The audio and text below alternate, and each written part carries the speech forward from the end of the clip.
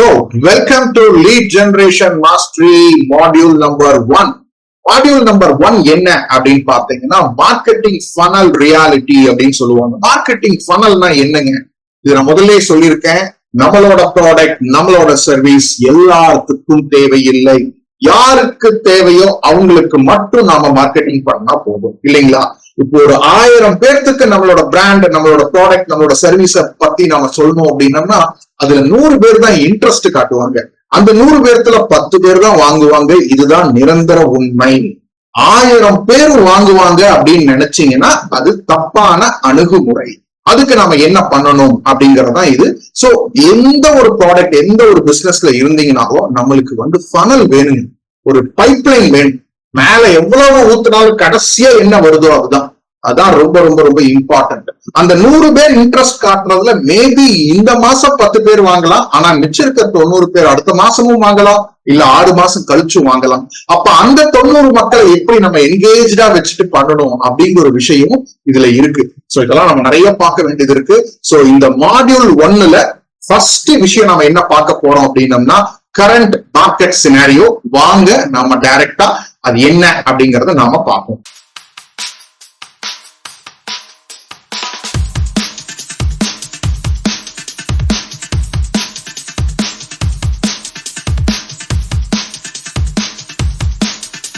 So let me share my screen. இப்ப பாத்தீங்க அப்படின்னா இதுதான் the current market scenario. இது நம்ம நல்லா புரிஞ்சுக்கணும். இதுல என்ன அப்படின்னு பாத்தீங்க அப்படின்னா உதாரணத்துக்கு இது என்ன அப்படின்னா இட்ஸ் பீட்சா. இந்த பீட்சாவை பாருங்க எப்படி இருக்குன்னு பாருங்க. கசன்னு உள்ள ஏகப்பட்ட விஷயங்கள் இருக்கு. இப்படித்தான் நம்மளோட மார்க்கெட்டும் இருக்கு. இது நீங்க நல்லா புரிஞ்சுக்கணும். இந்த பீட்சாவை தான் நம்மளோட மார்க்கெட் அப்படின்னு மனசுல வச்சுக்குங்க. மனசுல இதுதான் என்னோட மார்க்கெட், இப்படிதான் இருக்கு மார்க்கெட். கசன்னு இருக்கு, உள்ள ஏகப்பட்ட பேர் இருக்காங்க இல்லைங்களா? சோ முழு பீட்சாவை நாம சாப்பிட முடியுமா அப்படின்னா அது மிகப்பெரிய கேள்விக்குறி. பீட்சா இப்படி கையில எடுக்க முடியாது. முழு பீட்சாவை எடுத்தோம்னா பிஞ்சு போய். அதனால தான் அவங்க கொடுக்கறப்பயே என்ன பண்றாங்க, தனித்தனியா ஸ்லைஸ் போட்டு கொடுக்குறாங்க. அப்ப ஸ்லைஸ் வாரியா நம்ம எடுத்தோம் அப்படின்னம்னா ஈஸியா எல்லா மார்க்கெட்டையும் நாம குடிக்க முடியும். அதுதான் இதோட சினாரியோ. இதை ஃபர்ஸ்ட் நாம புரிஞ்சுக்கணும். சோ அப்படி பாக்குறப்போ மறுபடியும் சொல்றேன், இதுதான் நம்மளோட ஓவரால் மார்க்கெட். இதை மட்டும் மனசுல வச்சுக்கோங்க. உங்களுக்கு அந்த கான்செப்ட் ரொம்ப ஈஸியா புரியும். சரிங்களா? அப்போ இந்த டாப்பிங்ஸ் எல்லாம் என்ன, மேல இருக்கிற டாப்பிங்ஸ் எல்லாருமே உங்களோட காம்படிஷன். இப்படித்தான் இருக்குது உண்மையா இல்லைங்களா? சின்ன காம்படிட்டர் இருக்காங்க, பெரிய காம்படிட்டர் இருக்காங்க. இங்கெல்லாம் பாத்தீங்கன்னா சின்ன சின்ன விஷயம் நிறைய பேர் இருக்காங்க. சோ இப்படித்தான் இருக்குது. என்னோட கேள்வி என்ன அப்படின்னு பாத்தீங்கன்னா வேர் ஆர் யூ? இந்த மார்க்கெட்ல நீங்க எங்க இருக்கீங்க? உங்களை தனியா ஐடென்டிஃபை பண்ண முடியுதா அப்படின்னா அது மிகப்பெரிய கேள்விக்குறி. சோ இதுதான் உண்மையான சினாரியோ. நீங்க எல்லாரும் ஒத்துப்பீங்கன்னு நினைக்கிறேன். இதுல நாம எங்கடா இருக்கோம் அப்படின்னம்னா தேடணும். ஒருவேளை பெரிய ஆளா இருக்கலாம், பட் இருந்தாலும் ஒரு தனித்துவத்தோட ஒரு பிசினஸ், ஒரு மார்க்கெட் லீடரா நாம இல்ல. அதுக்கு நாம என்ன பண்ணணும் அப்படிங்கறதுதான் இந்த சினாரியோ. அப்ப நாம என்ன பண்ணணும் அப்படின்னு பாத்தீங்கன்னா சூஸ் யுவர் நிஷ் அப்படின்னு சொல்லுவாங்க. நிஷ் அப்படின்னா என்ன அப்படின்னா போக போக நம்ம அடுத்த வீடியோல நம்ம பார்ப்போம். ஆனா என்ன தெரிஞ்சுக்கணும் அப்படின்னா உங்க இண்டஸ்ட்ரியில நீங்க தான் ஸ்பெஷலைஸ். ஒரு பர்டிகுலர் விஷயம், இந்த விஷயத்தை விட்டா இந்த ஏரியால என்னைய விட்டா வேற யாரும் இல்லைங்க அப்படிங்கிற ஒரு எண்ணம் இருக்கணும். அதைத்தான் நம்ம ஃபர்ஸ்ட் பண்ணணும். இதுக்கு நான் பல எக்ஸாம்பிள் லெவல் 1லயே கொடுத்திருப்பேன். உதாரணத்துக்கு மில்கி மிஸ்ட் அப்படின்னு எடுத்துட்டீங்கன்னா பன்னீர் அப்படிங்கிற ஒரு ப்ராடக்ட தான் அவங்க ஆரம்ப காலத்துல சூஸ் பண்ணி அதை ஃபர்ஸ்ட் எல்லா பக்கமும் ரீச் ஆகி பன்னீர்னா மில்கி மிஸ்ட் தான் அப்படிங்கிற ஒரு பிராண்ட கிரியேட் பண்ணாங்க. அதுக்கப்புறம் ஏகப்பட்ட ப்ராடக்ட்ஸ் மில்கி மிஸ்ட்ல வந்துருச்சு. சிம்பிள். அதே மாதிரி ஒரு ராம்ராஜ் அப்படின்னா காட்டன் வேஷ்டிகள், அதுல அவங்க நல்லா பிரபலமாயி அதுக்கப்புறம் இப்ப பாத்தீங்க அப்படின்னா ராம்ராஜ் ஒரு ஷாப்புக்குள்ள போனோம்னா வேட்டி மட்டும் இல்லாம எல்லா ஷர்ட்ஸ், பேண்ட்ஸ் எல்லாமே வந்துருச்சு. உங்களுக்கே தெரியும். சோ இப்படித்தான் நாம நம்மளோட அணுகுமுறை இப்படித்தான் இருக்கணும். அதுதான் ரொம்ப ரொம்ப இம்பார்ட்டன்ட். சோ அந்த நிஷ் என்ன, அந்த தனித்துவம் என்ன? ஒரு ஸ்ரீ கிருஷ்ணா ஸ்வீட்ஸ் அப்படின்னா மைசூர் பாக் ரொம்ப ஃபேமஸ். அதுக்காக அவங்க மத்த ஸ்வீட்ஸ் சேல் பண்ணாம கிடையாது. ஆனா இந்த ஒரு விஷயம் அப்படின்னா இந்த பிராண்டு தான். அதுக்கு நாம ஃபர்ஸ்ட் பண்ணணும்.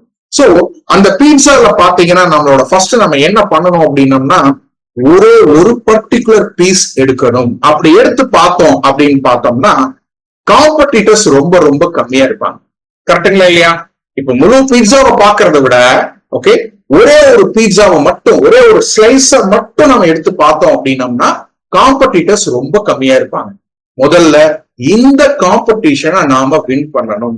இந்த பர்டிகுலர் செக்மெண்ட், இந்த பர்டிகுலர் ஏரியா, இந்த பர்டிகுலர் ஒரு விஷயத்துல என்னைய விட்டா வேற யாரும் இருக்கக்கூடாது. அந்த விஷயம் என்ன அப்படிங்கறத நம்ம ஃபர்ஸ்ட் பார்க்கணும். ஓகேங்களா?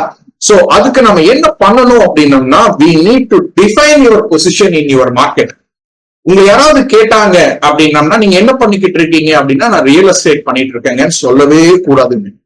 ரியல் எஸ்டேட்ல உங்களோட ஸ்பெஷலைசேஷன் என்ன, உங்களோட தனித்துவம் என்ன, அதுதான் ரொம்ப ரொம்ப மேட்டர். நீங்க 100 பேர்த்துக்கு ரியல் எஸ்டேட்னு சொல்றதை விட உங்களுக்குன்னு தேவையான ஒரு 10 பேர்கிட்ட நான் ரியல் எஸ்டேட்ல பண்ணிட்டு இருக்கேனுங்க, ஆனா அந்த ரியல் எஸ்டேட்ல என்னோட தனித்துவம் என்ன அப்படின்னம்னா, ஒரு உதாரணத்துக்கு சென்னையில இருந்து ஓகே திருப்பதி வரையில போற ரூட்ல லெஃப்ட் சைடு ரைட் சைடு எங்க உங்ககிட்ட காலி இடம் இருந்தாலும் சொல்லுங்க, அதை நான் மந்த்லி ரெண்டடா மாத்தி காட்டுறேன். இதுதான் என்னோட ஸ்பெஷலைசேஷன். அப்படி சொன்னீங்கன்னா 100 பேர்த்த விட அந்த தேவையான அந்த 10 பேர் உங்ககிட்ட கான்டாக்ட் பண்ணுவோம். இல்லப்பா இவரு தனி ஸ்பெஷலைஸ் ஆன ஒரு ஆளு, இவர்கிட்ட கொடுத்து பார்ப்போம் அப்படிங்கிற ஒரு எண்ணம் வரும். அதுதான் ரொம்ப ரொம்ப இம்பார்ட்டன்டான ஒரு விஷயம். இப்ப என்னை பொறுத்தவரையில பாத்தீங்கன்னா டிஜிட்டல் மார்க்கெட்டர்னு சொல்றதை விட கோ டு மார்க்கெட் ஸ்ட்ராட்டஜிஸ்ட் தான் நான் சொல்லுவேன். ஏன் அப்படின்னா கோ டு மார்க்கெட் ஸ்ட்ராட்டஜியா அப்படின்னா என்னங்க அப்படின்னு உங்களோட கஸ்டமர் கேட்டாங்க அப்படின்னா நீங்க அவங்க மனசுக்குள்ள இடம் புடிச்சிட்டீங்கன்னு அர்த்தம். அப்படின்னா என்னன்னா இன்னும் ஒரு விஷயத்த புரிய வைக்கிறாரு, அது என்னமோ புதுசா இருக்கு, என்னன்னு தெரிஞ்சுப்போம் அப்படின்னு உள்ள வராங்க. அதுதான் ரொம்ப ரொம்ப இம்பார்ட்டன்ட். சோ உங்களோட பொசிஷனை நீங்க எப்படி டிஃபைன் பண்ணணும், அது படிப்படியா நம்ம அடுத்தடுத்த வீடியோஸ்ல பார்ப்போம்.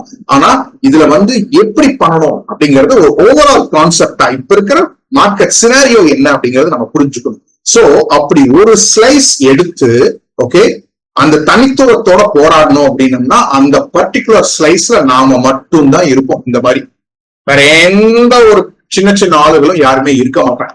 மேபி 2 பிரான்ச் இருக்கலாம், அந்த ஏரியாலேயே 3 பிரான்ச் வச்சுக்கலாம், அது உங்களோட விஷயம். ஆனா இந்த ஒரு பர்டிகுலர் விஷயம் அப்படின்னா நீங்க தான் இருப்பீங்க. கரெக்டுங்களா? இது எப்படி பண்ணணும், இது எப்படி சாத்தியம் அப்படின்னு பாத்தீங்கன்னா ஒரே ஒரு ஃபார்முலா இந்த காலத்துல நீங்க எந்த ஒரு பிசினஸ்ல இருந்தீங்கனாலும் எஜுகேட், என்கேஜ் அண்ட் செல். அப்பதானுங்க முதல்ல மக்களுக்கு எஜுகேட் பண்ணுங்க, அறிமுகப்படுத்துங்க. நீங்க யாரு, நீங்க என்ன ப்ராடக்ட், எத்தனை வருஷமா இருக்கீங்க, என்ன மாதிரி சர்வீசஸ் எல்லாம் பண்ணிக்கிட்டு இருக்கீங்க, உங்ககிட்ட எத்தனை கஸ்டமர்ஸ் இருக்காங்க, இதுக்கு முன்னாடி இந்த கஸ்டமர் என்னோட ப்ராடக்ட் என்னோட சர்வீஸ வாங்கினதுக்கு அப்புறம் என்னென்ன நன்மைகள்லாம் உங்களுக்கு இருந்தது, இதெல்லாம் ஃபர்ஸ்ட் நீங்க எஜுகேட் பண்ணணும். அதுதான் அந்த வேல்யூ ப்ரொபோசிஷன் அப்படின்னு சொல்லுவாங்க. இதுதான் ரொம்ப ரொம்ப இம்பார்ட்டன்ட். அதுவும் அந்த வேல்யூ ப்ரொபோசிஷன் கொஞ்சம் மணி ஓரியன்டா நீங்க கண்டிப்பா தேர்வு செய்யணும்.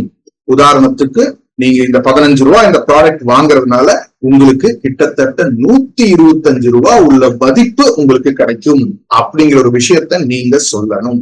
இதுதான் ரொம்ப ரொம்ப இம்பார்ட்டன்ட். எஜுகேட் நிறைய ஒரு இன்ஸ்டாகிராம்ல போய் இல்ல ஒரு யூடியூப்ல போய் பேஸ்புக்ல போய் சொல்லிக்கிட்டே இருங்க.